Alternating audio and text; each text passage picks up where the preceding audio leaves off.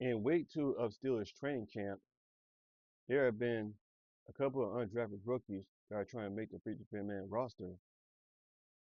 Some rookies that are improving, and of course, the free agents that we acquired during the offseason, this past offseason, trying to help this Steelers team and the rookies throughout training camp. So, hi everybody, Jordan Steel 88 with another video.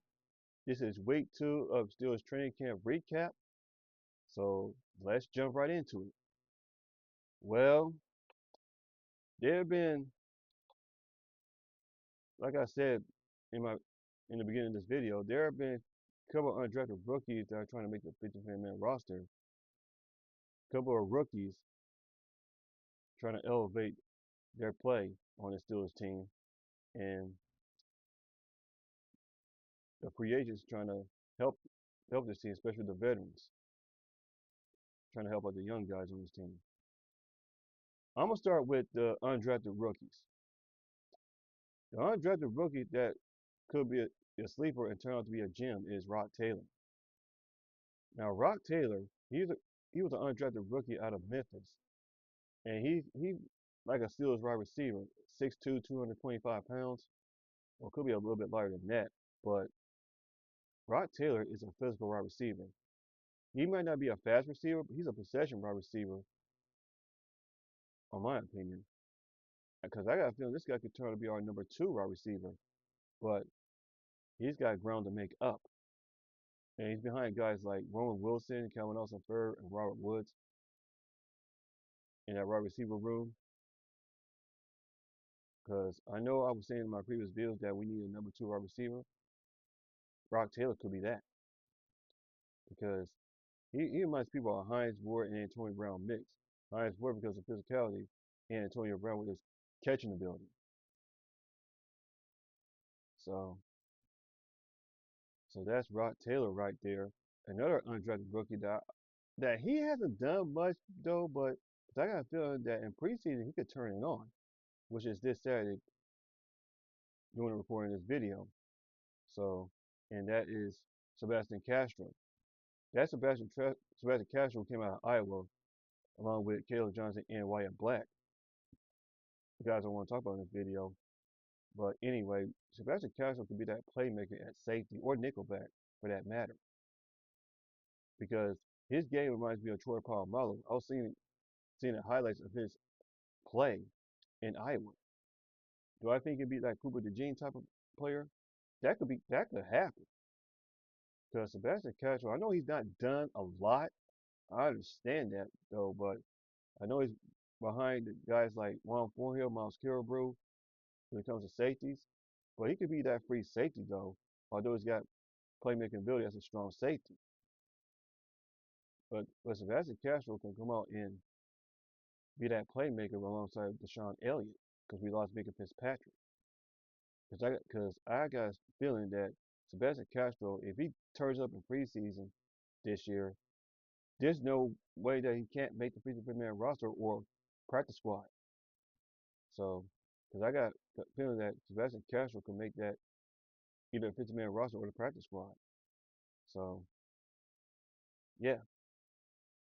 So that's Sebastian Castro right there. Because him and Rod Taylor, they can either make the 50-man roster or better yet the practice squad.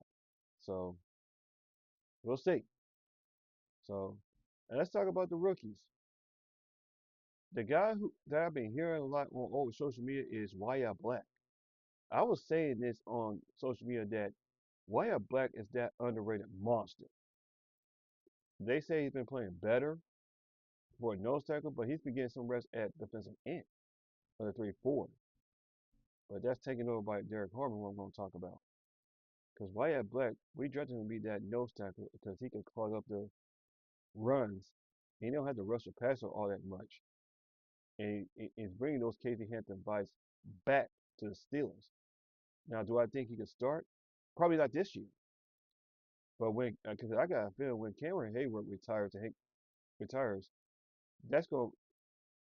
They could make Keon Benton play the left defensive end spot and move Derek Harmon to the right defensive end spot or right playing maybe play defensive tackle in that area when Cameron Hill retires. That being Derek Harmon. But anyway, Wyatt Black, a lot of people don't talk about him. And he's that, like I was saying, he's just that underrated monster that we drafted out of Iowa. Just like about with Caleb Johnson, they doubled down in the draft this past year.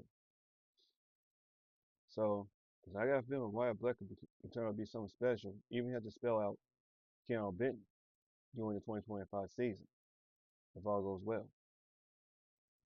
So now Derek Harmon's starting to improve every day because he's that first round pick that the Steelers needed.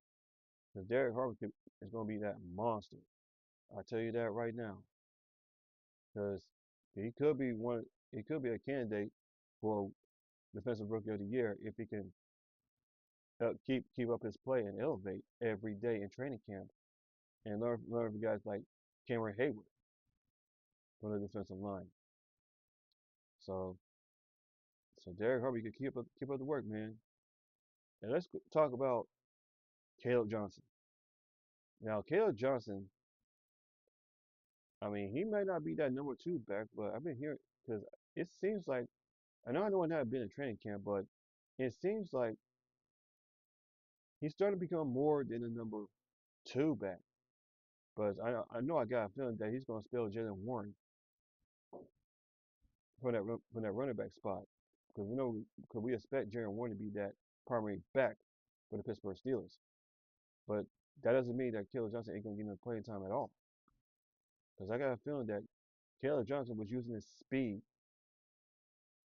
on the Steelers offense in training camp.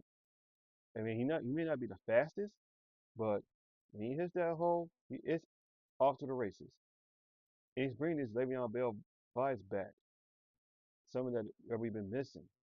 I mean, like I was saying, Najee Harris did not fit that Steelers mold though, even though he got 1,000 yards seasons in 4 straight years with us. James Conner was just too injury prone. So, because I can believe that Caleb Johnson could overtake Jaron Warren a little bit. Not a whole lot though, but still got a lot of work to do. Still got to work on this pass blocking, and he still got to work on being a receiving back. Because he played at Iowa where they run the ball more times than anything. So, yeah. So Caleb Johnson, keep improving, man. And let me talk about Jack Sawyer. I heard some good things about him. I mean, he spelled. I know he's been. I think he's been taking over for Alex Highsmith because Alex Highsmith, by the way, is injured.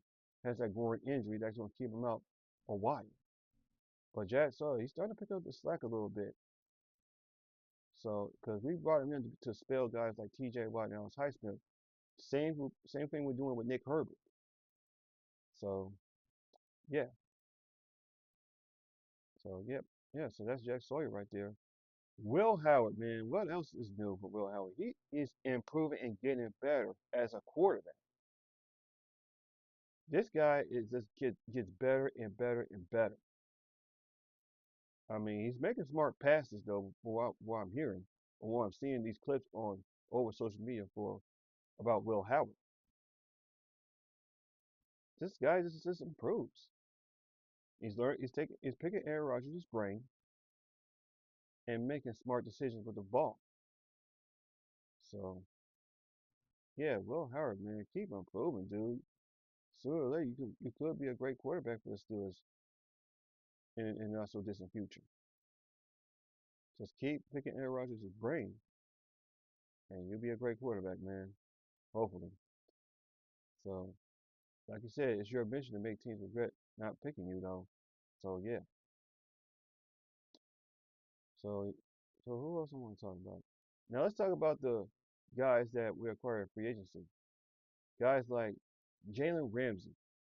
I mean, Jalen Ramsey is helping young cornerbacks like Joey Porter Jr., Corey Trice, Benny Bishop, for that matter, because the young guys are picking Jalen Ramsey's brain. You know Jalen Ramsey when he sees a ball, it's gonna get intercepted like 75% of the time.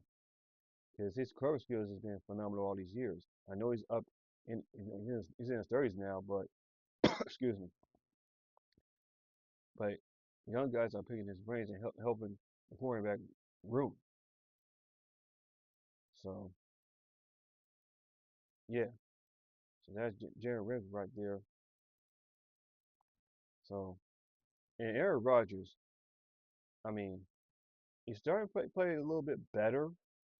I mean, he's improving every day in training camp, helping the Steelers be that offense, like not number one, but could be that, but at least just try to sustain drives for the offense in training camp. So I've been hearing good things about him. I mean, young guys like Will Howard, like I said before, is picking his brain, but Aaron Rodgers' IQ is pretty good for a quarterback. So yeah, and tight ends like Jono Smith is playing better alongside Pat Fairmouth. So yeah, so that's my take on this week 2 recap of training camp for the Pittsburgh Steelers. Young guys getting better, undrafted rookies trying to make this roster, and some of the free agents that I just talked about, like Jalen Ramsey and Aaron Rodgers, try to make this team better. Oh, and DK Metcalf, man, starting to prove too. He's trying to be that number one wide receiver though. So yeah, so that's my take on this week 2 of training camp recap. So yeah, so let me know what you think down in the comment section down below about this recap that I just talked about the second week of training camp for the Pittsburgh Steelers. Because I got a feeling that this could be a better team going into 2025. We got preseason coming up this Saturday against the Jaguars. Can't wait for that. So yeah, man, football's back, baby. Steelers football's back, and we play. Like I said, we're playing the Jaguars next Saturday this Saturday, excuse me, in Jacksonville, this Saturday. So I'm sorry about that. So let me say that again, just in case you didn't understand. So the Steelers play Jacksonville at Jacksonville this Saturday. They for a preseason game. Well, we're gonna see plenty of Mason Rudolph, plenty of Will Howard, and some of these undrafted rookies like Sebastian Castro and Rock Taylor. So yeah. With that being said, this is Jordan Steele 88. See you guys in my next video. As always, here we go Steelers. Here we go.